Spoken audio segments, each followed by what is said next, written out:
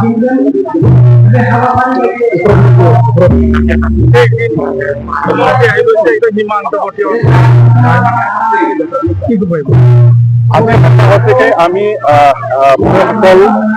আৰু লগতে সহায়িকাৰী আমাৰ বড়ো ৰাইজৰ ঐতিহাসিক দিন বুলি মই ক'ব খুজিছোঁ। কিয়নো আজি আমাৰ কমপ্লেক্স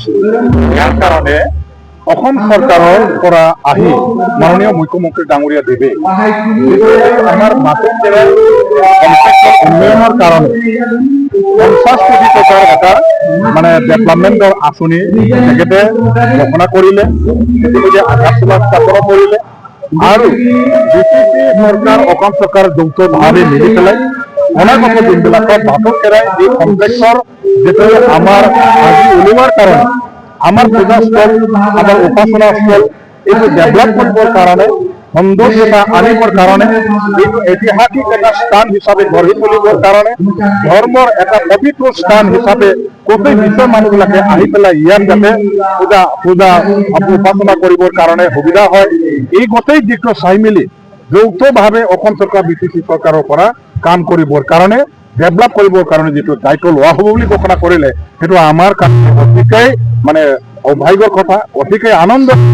আমি যথেষ্ট উৎফুল্লিত হৈছোঁ। আমাৰ এই অঞ্চলৰ ডেভেলপমেণ্ট ইয়াৰ লগত জড়িত হৈ আছে। অসম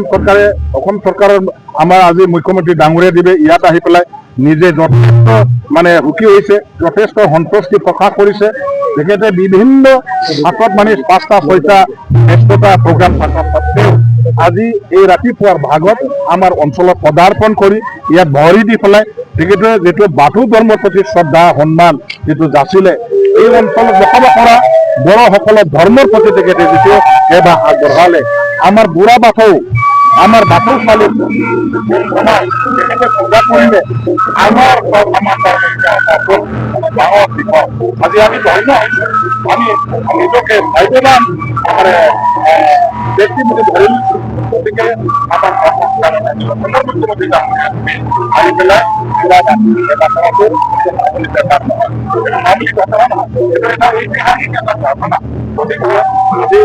আমি এই অঞ্চলবাসী ৰাইজ হিচাপে বড়ো ৰাইজ হিচাপে আৰু লগতে বাথৌ ধৰ্মাৱলম্বী মানুহ এজন হিচাপে মই জাতীয় ধৰ্ম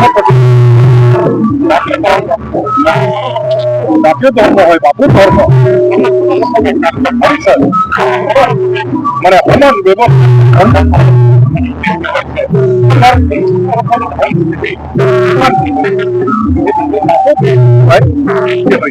জন্ম আৰু